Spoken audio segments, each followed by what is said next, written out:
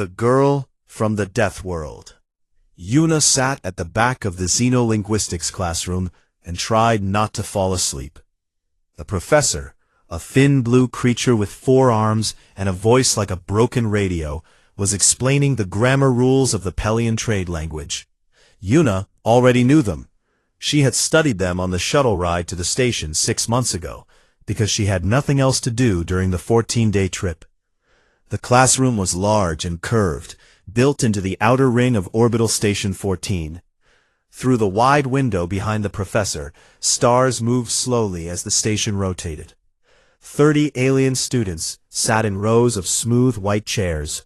Most of them were taller than Yuna. Some had scales, some had fur. One in the front row was basically a floating cloud of gas held together by a magnetic belt. None of them sat within 3 seats of her.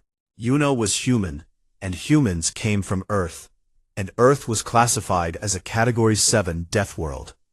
In the Galactic Union database, Earth was described as a planet with a toxic oxygen atmosphere, extreme temperature shifts, high gravity, active tectonic plates, dangerous predators on every continent, and a dominant species that had evolved by chasing other animals until those animals died of exhaustion. The entry ended with a simple warning in red text that said beings should avoid direct physical confrontation with humans under all circumstances. Yuna was 5'4" and weighed 53 kilograms. She liked sweet rice cakes and quiet mornings, but the database did not mention any of that. The class ended, and Yuna packed her tablet into her bag. She walked out into the corridor, a long white tunnel that curved gently upward in both directions. Students moved around her in a natural flow, and she noticed, as she always did, the way they gave her space. Not obviously. Just a slight widening of the gap, a small lean away, like water flowing around a stone. She was used to it. "Yuna, wait up!" She turned and saw Taeho jogging toward her. He was tall and thin, with messy hair and a crooked smile that never seemed to leave his face. He was one of the 5 humans on the station, and the first one who had talked to her. That had been on her second day. He had sat down across from her in the cafeteria, put his tray down and said, "You look like you need a friend more than you need personal space." He had been right. "You looked like you were dying in there," Taeho said, falling into step beside her. "The class is slow. Everything here is slow. These species have lifespans of 300 years. They are in no hurry." He grinned. "Lunch?" The station's food systems could produce almost anything from base proteins and nutrients, but the result always tasted slightly wrong, like a copy of a copy. Yuna got a bowl of something that was supposed to be rice porridge. It was close enough.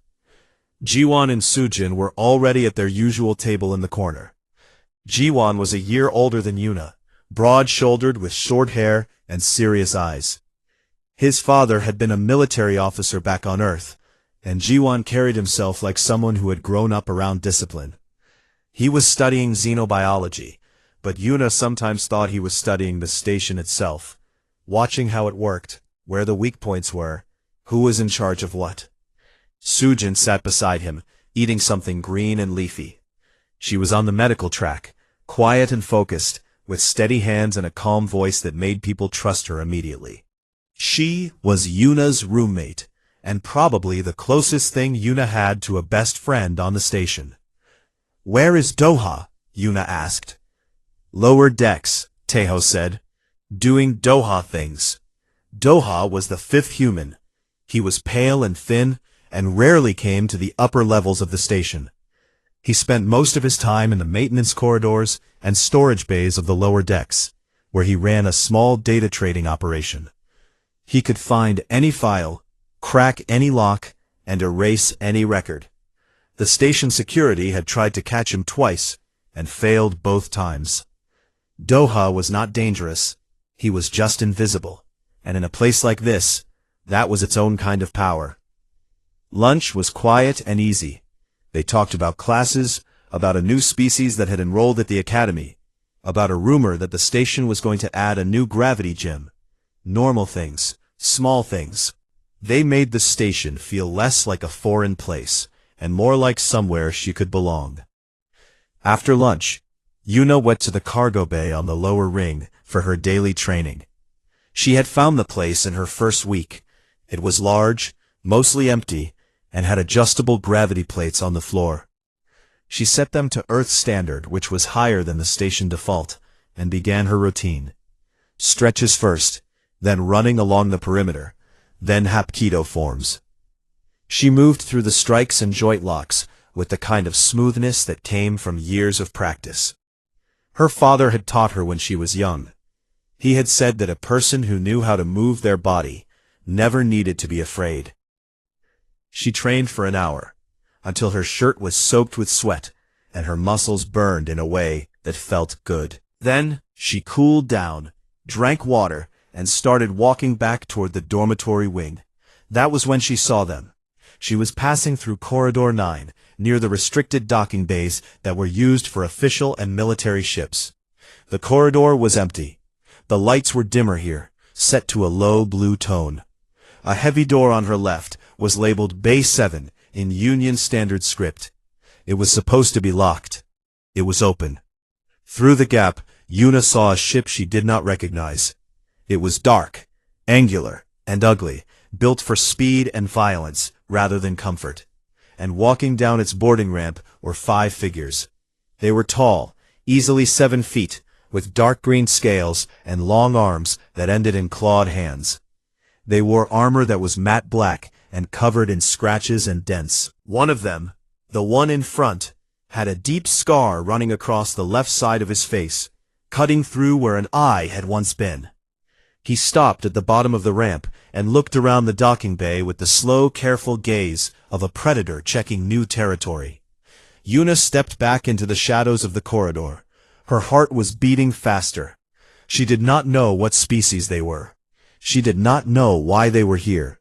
But something old and deep inside her, something that had kept her ancestors alive on the plains and in the forests of a world that tried to kill everything on it, told her one thing very clearly. Those were hunters, and they were not here for cargo. She turned and walked away quickly, keeping her footsteps quiet. Behind her, the door to Bay 7 slid shut with a soft hiss, and the corridor was empty again, as if nothing had happened at all. The contract. The ship smelled like blood and old metal. Gorath stood in the center of the briefing room and looked at the 4 hunters sitting around the table. They were his team. He had picked each one of them himself over the years, chosen them for their speed, their silence, and their willingness to do ugly work for good money. They had hunted across 9 systems together. They had taken down creatures that most species would not even look at. They had never failed a contract. This one would be no different. The target is a human female, Gorath said. He tapped the display panel on the table, and a holographic image appeared. It showed a young woman with dark hair and a calm face. Student identification records, name, age, class schedule, dormitory assignment, everything they needed. She is 19 standard years old, Gorath continued, studying at the academy on this station. She is healthy and physically active. The client wants her alive and undamaged. The payment is 400,000 Union credits upon delivery. One of the hunters, a younger one named Voss, leaned forward. 400,000 for one small female. What is so special about her? She is human, Gorath said. From the death world, Earth. The room went quiet for a moment. Every hunter in the galaxy knew about Earth. It was the planet that produced beings who could survive almost anything, who healed from wounds that would kill most species, who could run for hours without stopping, who ate both plants and meat, and sometimes things that were poisonous to everything else in the galaxy. Humans were rare outside their home system. Collectors paid fortunes for them. The client is a private collector on the far rim, Gorath said. He has a menagerie of rare species. He wants a human to add to it. Young, healthy, female. That is what we are delivering. What about station security? Asked another hunter, a tall one with a missing finger on his left hand. Handled. Gorath brought up another file. It showed the image of an insectoid alien in formal clothing. Director Palax. He runs this station. He has been paid to cooperate. He will disable cameras in the target's corridor tonight, jam local communications in that section, and order security to stand down if any alerts are triggered. He has given us the target's schedule and dormitory location. We have a clean window between the end of evening classes and the start of the night cycle. 2 hours. 2 hours is more than enough, Voss said with a low, clicking laugh. Gorath did not laugh. He never did before a hunt. Do not underestimate the target because she is small or young. She is a Death Worlder. Their species has a threat rating of 8 out of 10 in the Union Combat Index. They are stronger than they look, faster than they should be, and they do not stop fighting when they are hurt. They keep going. She is a student, Voss said, not a soldier. On Earth, there is no difference, Gorath replied. Every human is a soldier. They just do not all know it yet. He shut off the display. We move tonight. Standard formation, quiet approach, shock weapons only. The client wants her alive. If she resists, subdue her, but do not kill her. A dead human is worth nothing. The hunters nodded and began checking their gear. 2 levels above them, in a bright office overlooking the station's central garden, Director Palax sat behind his desk and tried to stop his hands from shaking. He was an insectoid, thin and angular, with compound eyes that reflected the light in hundreds of tiny fragments. He had been the Academy Director for 11 years.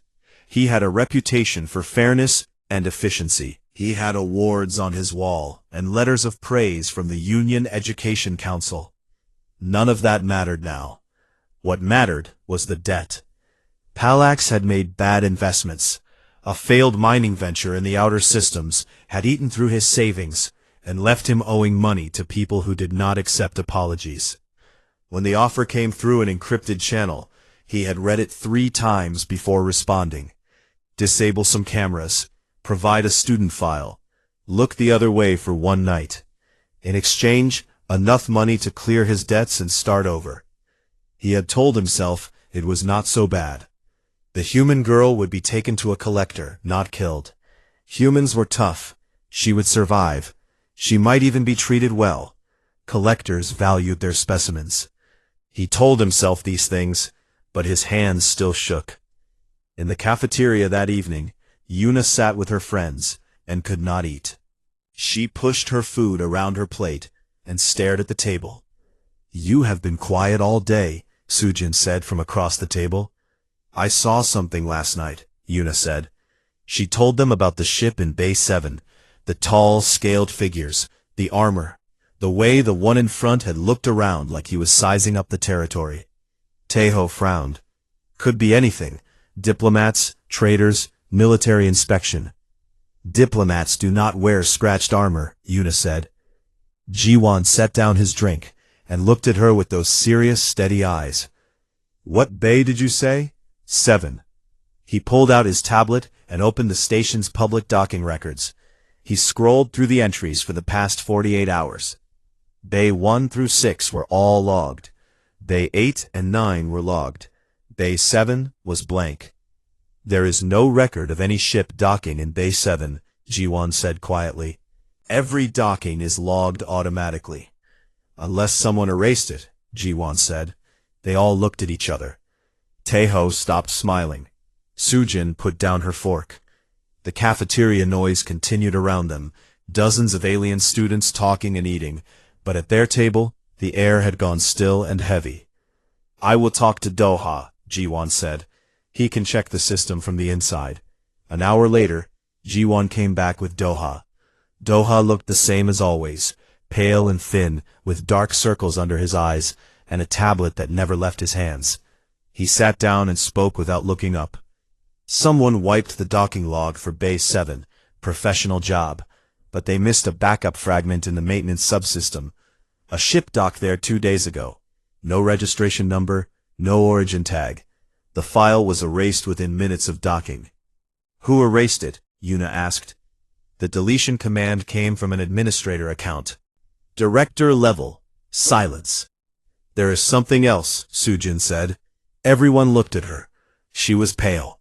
I was doing my medical rotation today and I noticed something strange. Yuna, your biometric file was accessed yesterday by an external query. Someone outside the medical system pulled your health records, your physical stats, everything. Yuna felt cold. Not the kind of cold that came from temperature, the kind that came from understanding. Someone brought hunters to this station, Jiwan said. His voice was low and flat. And someone gave them your information. Why me? Yuna asked. Because you are human, Jiwan said, and humans are rare, valuable, and far from home. Yuna looked at her hands on the table. They were small, they did not look dangerous, but she could feel her heartbeat in her fingertips, steady and strong, and somewhere behind her ribs, something old and patient was starting to wake up. What do I do? She asked. You be careful tonight, Jiwan said, and you do not walk alone. But that night, after evening class, the corridors of Section 11 were empty. Yuna walked alone because her class had run late, and Taeho had not answered his comm. The lights were dimmer than usual. Her footsteps echoed off the white walls. Then the lights flickered. Then she heard clawed footsteps behind her, heavy and slow and getting closer. Yuna did not look back. The hunt begins. Yuna ran. Not in panic, not in blind fear, but with purpose. Her feet hit the floor in a steady rhythm, and her breathing stayed controlled. In through the nose, out through the mouth, just like her father had taught her. Humans were not the fastest creatures on Earth. They were not the strongest, but they could run longer than anything else alive, and they could think while they ran. That combination had made them the most dangerous species on a planet full of dangerous things. Behind her, the clawed footsteps broke into a sprint. The hunter was faster in a straight line. She could hear him closing the distance, each step a sharp click against the metal floor. The corridor stretched ahead of her, long and white and empty. No doors, no turns, no cover. She reached the end and turned left, then right, then left again. She had walked every corridor, explored every maintenance hatch, mapped every shortcut in her mind, during 6 months of quiet, lonely evenings. The hunters did not know this station. They had a map on a screen. She had the map in her bones. The maintenance shaft entrance was a small panel in the wall at knee height. She dropped, pulled it open, and crawled inside without slowing down. The shaft was narrow and dark, filled with pipes and cables. A human could fit through it. She was not sure the hunters could. She crawled fast, moving on her elbows and knees, ignoring the pipes that scraped against her shoulders. Behind her, she heard the panel being ripped off the wall. A large body forced itself into the shaft. He was following her. He was too big for this space, but he was doing it anyway. Yuna reached a junction where the shaft opened into a small maintenance room. She pulled herself out and stood up. The room was tiny, barely 3 meters across, filled with electrical panels and a single overhead light. She grabbed a heavy wrench from a tool rack on the wall and pressed herself against the wall beside the shaft opening. The hunter came through head first. He was enormous up close, his green scales slick with effort, his yellow eyes adjusting to the light. He saw her too late. Yuna did not hesitate. She could not afford to hesitate. She swung the wrench into the side of his head with everything she had. It connected with a sound like a hammer hitting wet stone. He staggered, but did not fall. His kind were tough. Their skulls were thick and layered. He reached for her with one clawed hand. She ducked under it, grabbed his outstretched arm with both hands, twisted her hips, and executed a Hapkido joint lock. The technique used his own weight and momentum against him. His elbow bent the wrong way, with a crack that echoed in the small room. He made a sound, not a scream, more like a deep grating hiss of shock. His shock baton had fallen from his belt during the crawl. Yuna picked it up, flicked it on, and drove it into the soft scales under his jaw. The weapon discharged with a sharp buzz. His body went rigid, then limp. He did not get up. Yuna stood over him, breathing hard. Her hands were shaking. The wrench was still in her other hand, spotted with dark fluid.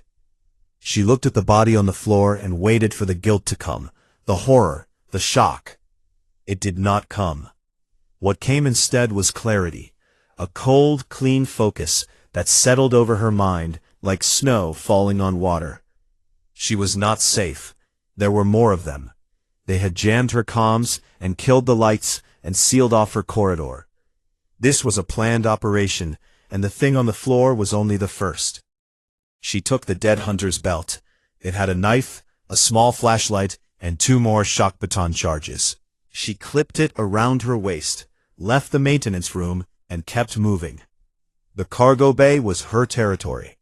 She had trained there almost every day for 6 months. She knew every shelf, every container, every gravity plate on the floor.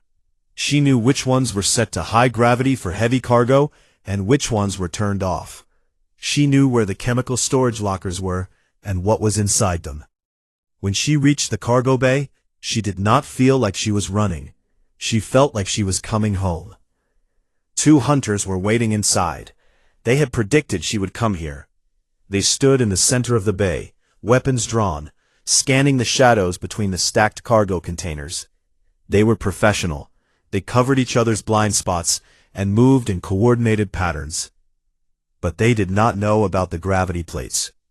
Yuna crept along the upper walkway that ran along the bay's ceiling. She moved in silence, watching them below. One of them stepped onto a section of floor marked with a faded yellow stripe. That was the high gravity zone, 3 times Earth standard, meant for pressing heavy cargo flat during transport. She reached the control panel on the wall and activated it. The gravity plate hummed. The hunter on it dropped to his knees instantly, then flat on his face.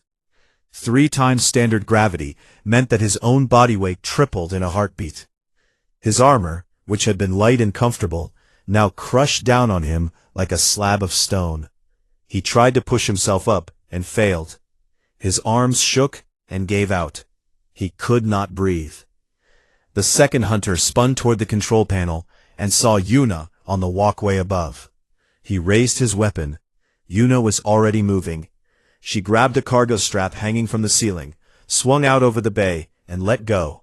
She fell 10 feet and landed on the hunter's back with both feet.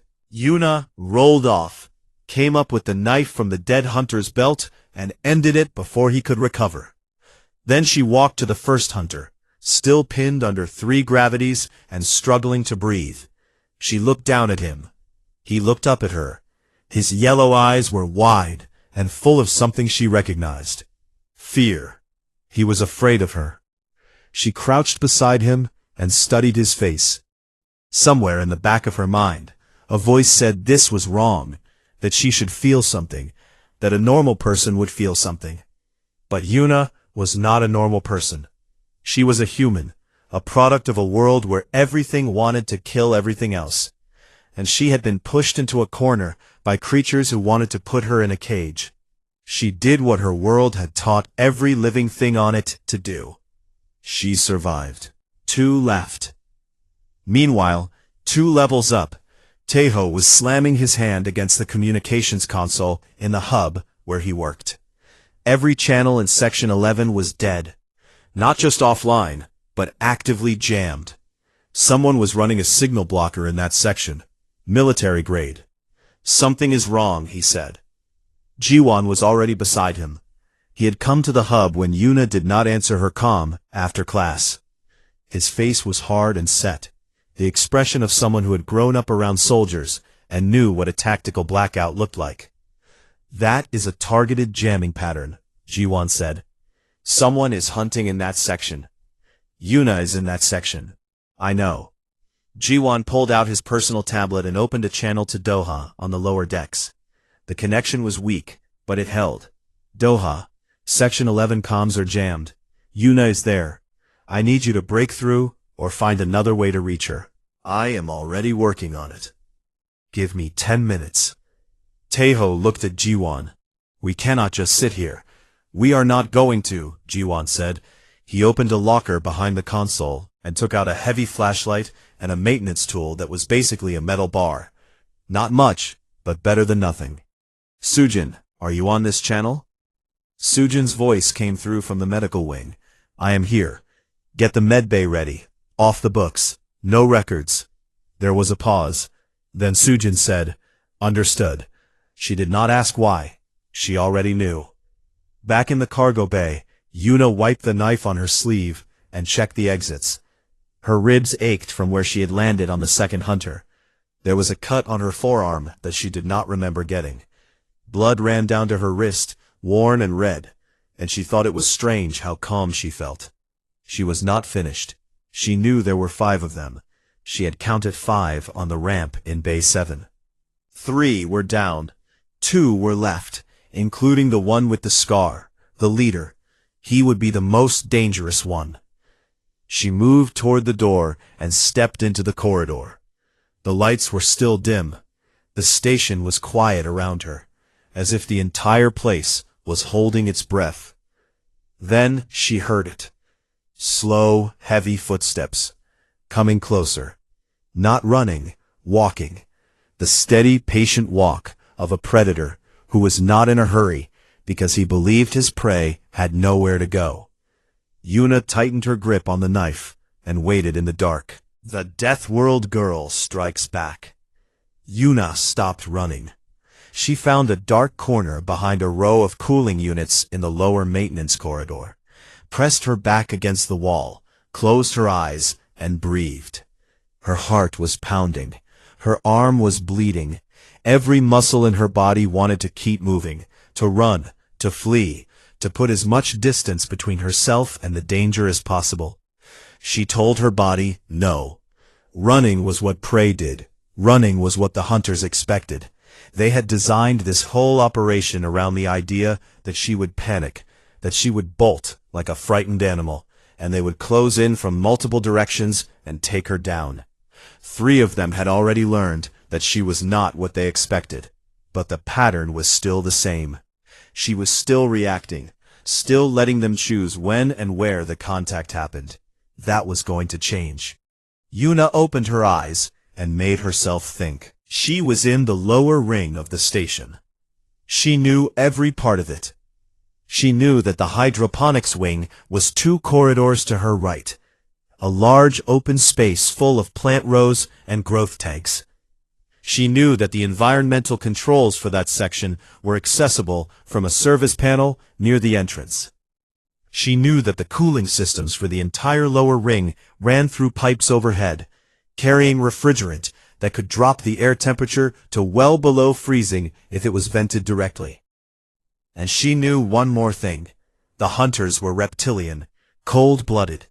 Their bodies depended on external heat to function.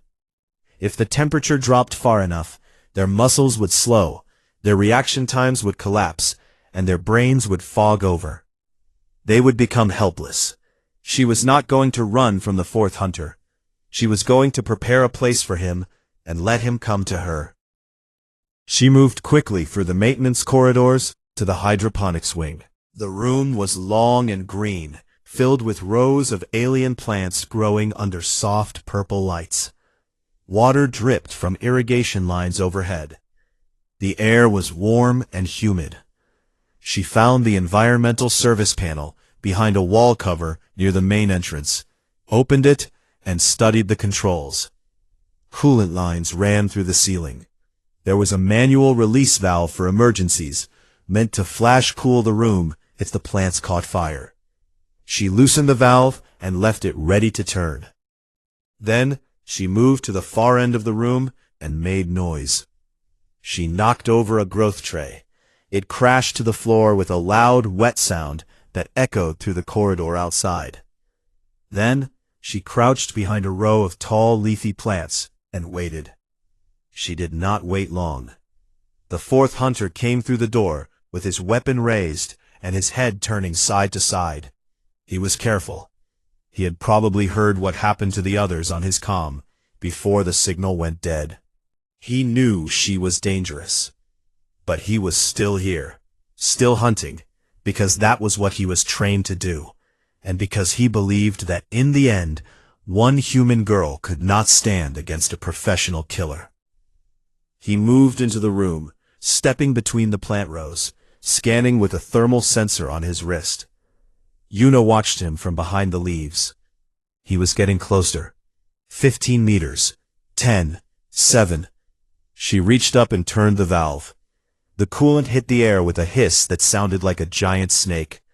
White fog poured from the ceiling vents and rolled across the room in thick waves. The temperature dropped so fast that frost formed on the leaves around Yuna's face within seconds. Her breath came out in clouds. Her skin burned with cold. But she was human. Her body could handle it. Her blood was warm. Her muscles would keep working, even as the cold bit into her skin. She would pay for it later with pain and stiffness. But right now, in this moment, the cold was her weapon, not her enemy. The hunter felt it immediately. He stopped walking.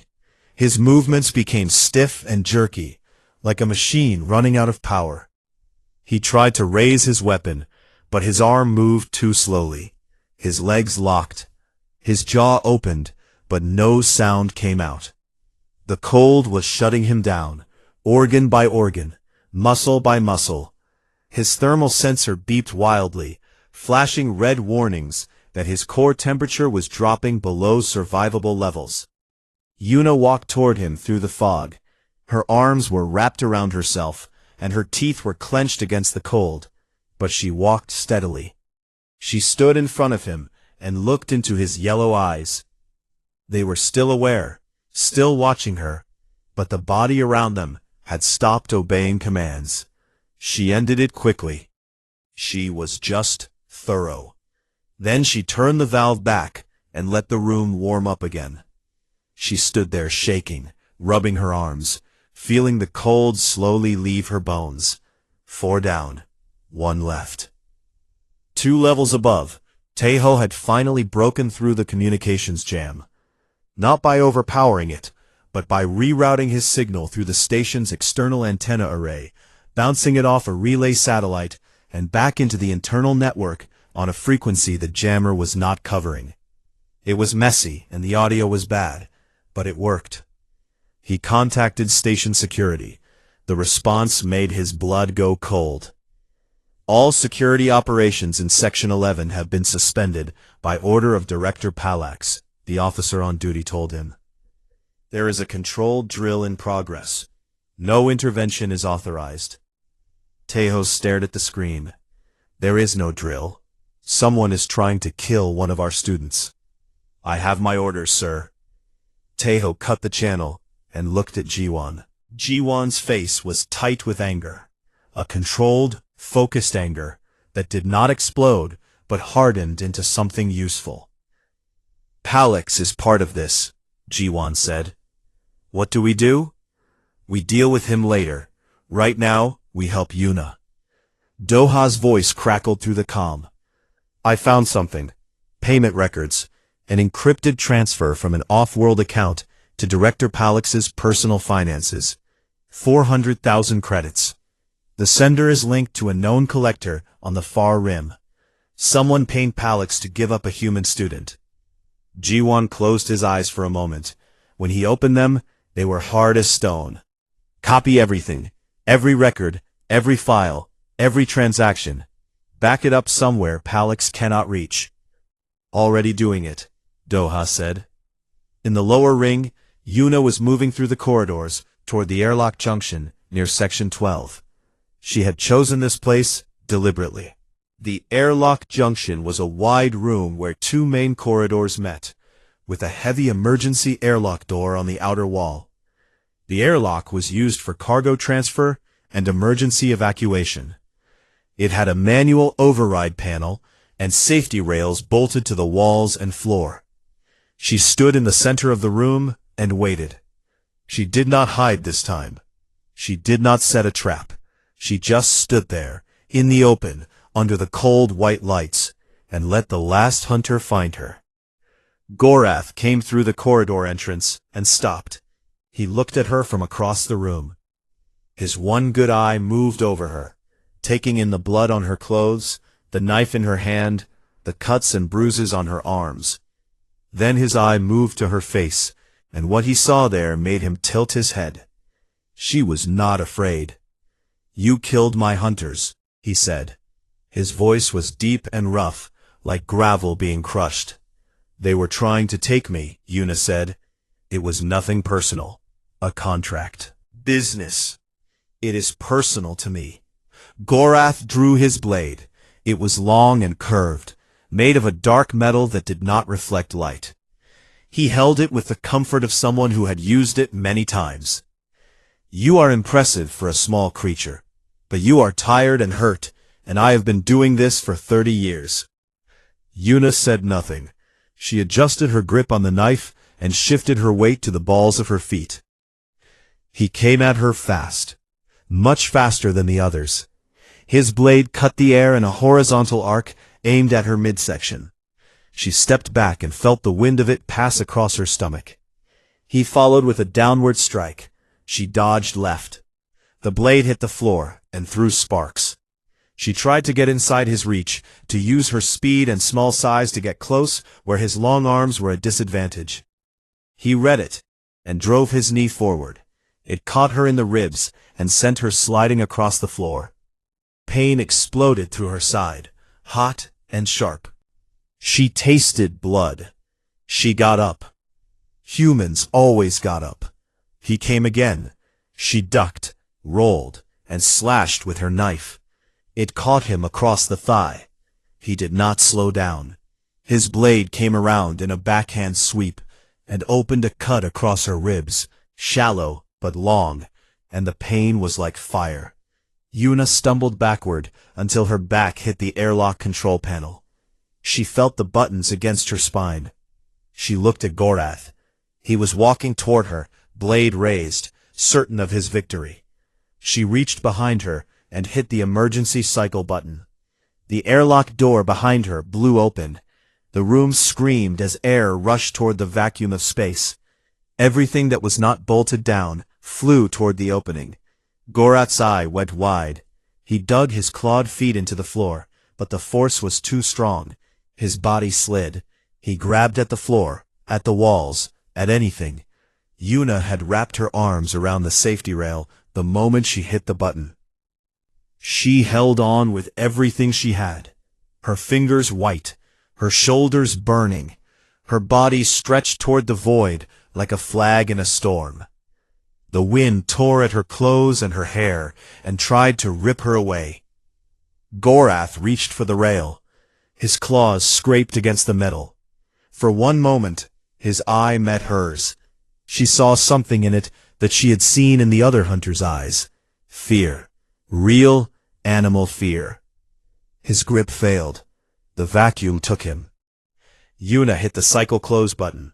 The airlock door slammed shut. The wind stopped. Silence returned, heavy and sudden, like a door closing on a storm. Yuna slid down the wall to the floor. She was bleeding from her ribs and her arm, and a dozen smaller cuts she could not feel yet. Her body shook. Her vision blurred at the edges. Footsteps, running footsteps, human footsteps. Sujin reached her first. She dropped to her knees beside Yuna and pressed her hands against the wound on her ribs. "I am here," she said. "I am here. Stay with me." Taeho and Juwon arrived seconds later. Taeho's face was white. Juwon looked around the room, at the blood on the floor, at the closed airlock, at the scratch marks on the metal where Gorath's claws had dug in. "It is done," Yuna whispered. Her voice was thin and far away, but no one can know. Juwon looked at her, then he nodded once. H1.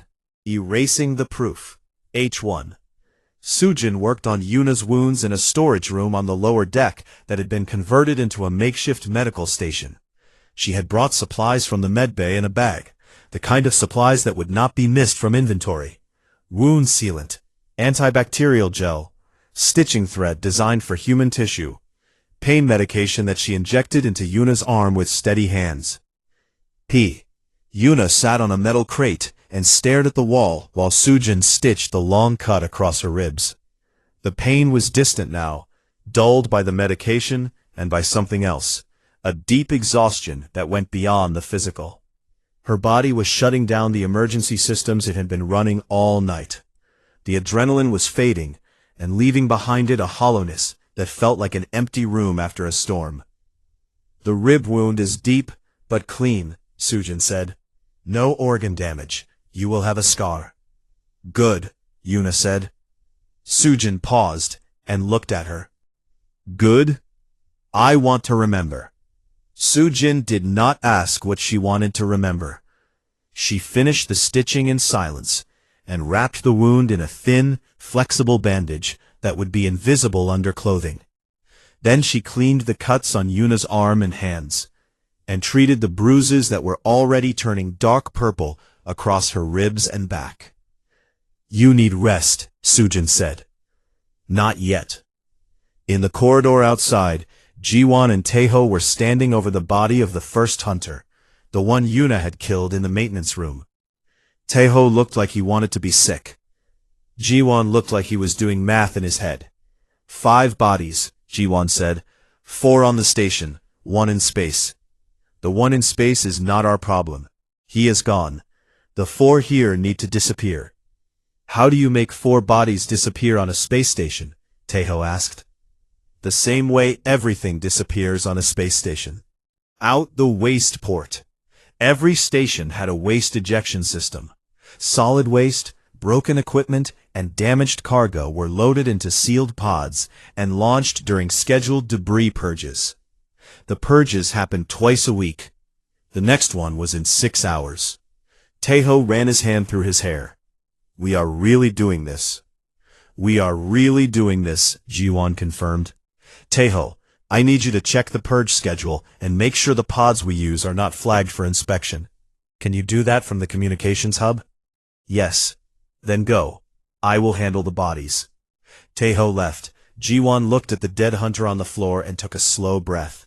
Then he bent down, grabbed the body under the arms, and started dragging it toward the cargo bay.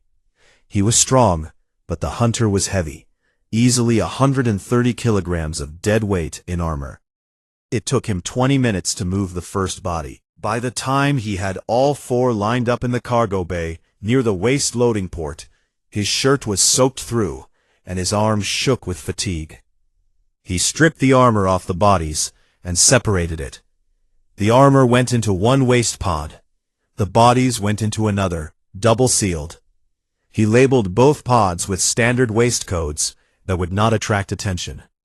Meanwhile, Doa was in his workspace in the lower decks, surrounded by screens and cables, and the quiet hum of systems he had wired together himself over the past year.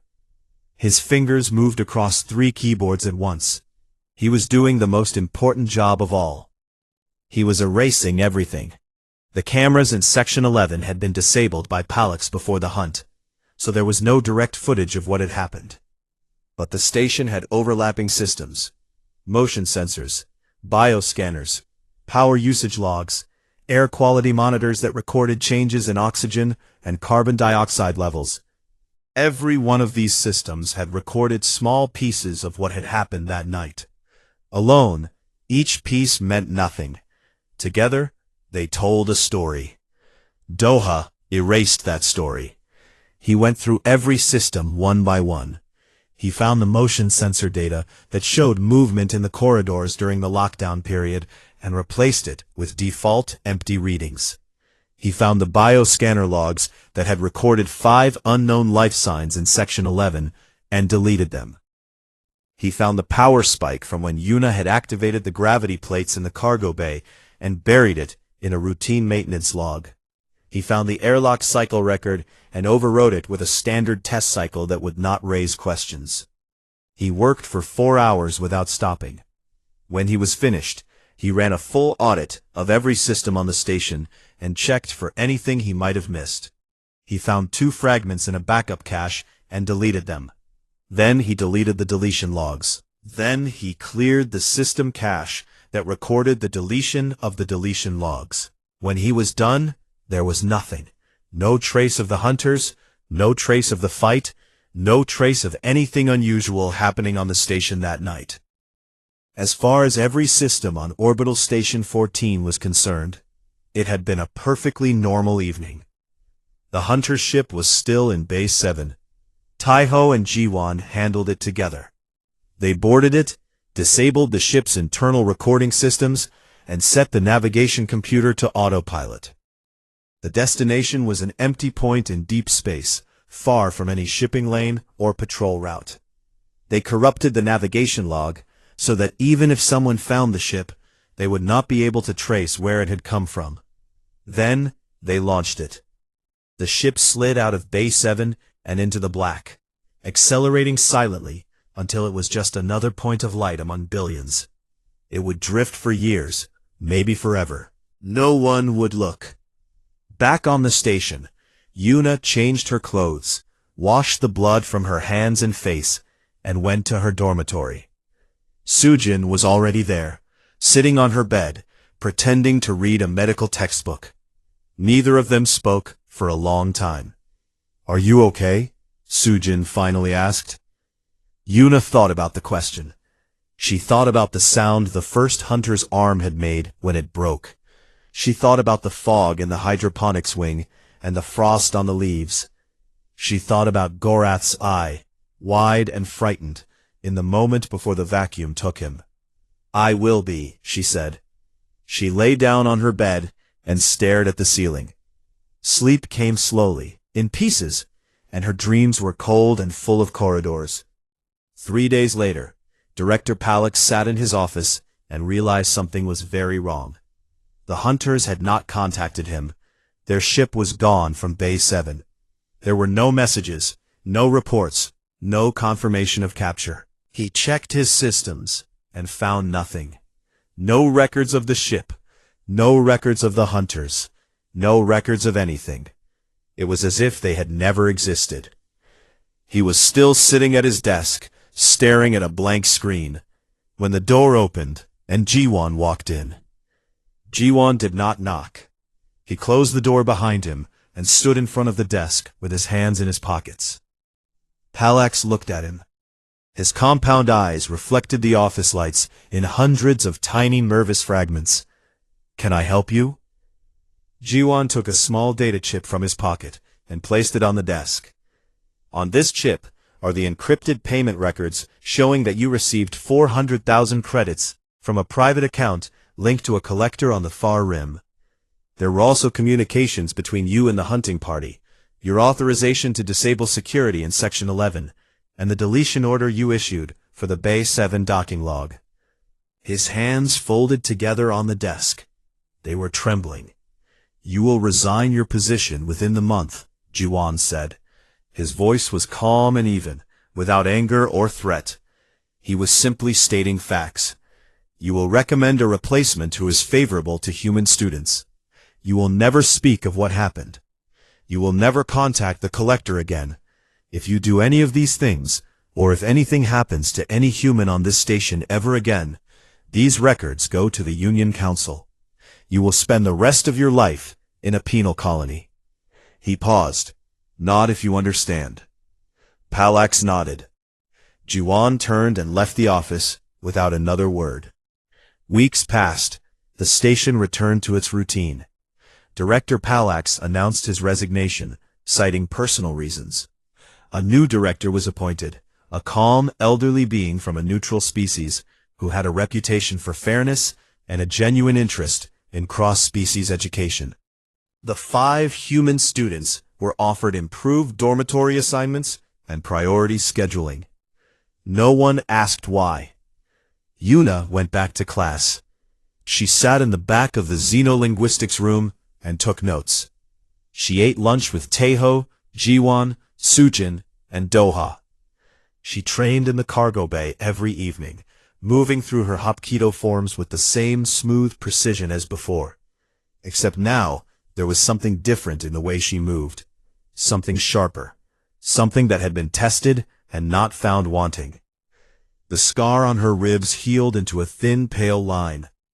She touched it sometimes when she was alone, tracing it with her fingertip, like reading a sentence written on her skin.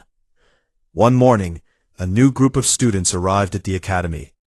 They were from different species, different worlds, different systems. One of them, a tall, thin herbivore with wide eyes and nervous hands, was assigned to the seat next to Yuna in her xenolinguistics class. He sat down carefully, keeping his elbows close to his body, and glanced at her sideways. After a few minutes, he leaned over and whispered, "Excuse me, is it true what they say about Deathworlders?" Yuna looked at him. She saw the fear in his wide eyes, the same fear she had seen in every alien face since she arrived on the station. But she also saw curiosity.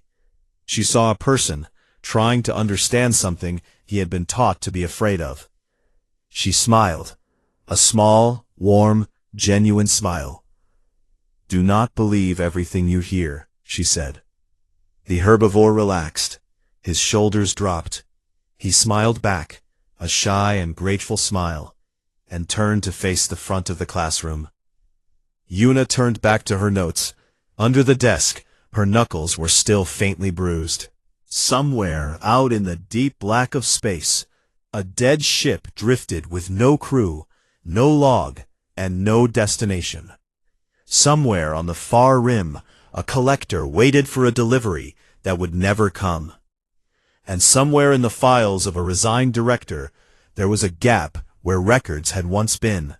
A gap that no one would ever think to look for, because the girl from the death world had made sure there was nothing left to find. The class began. Yuna picked up her pen and started writing.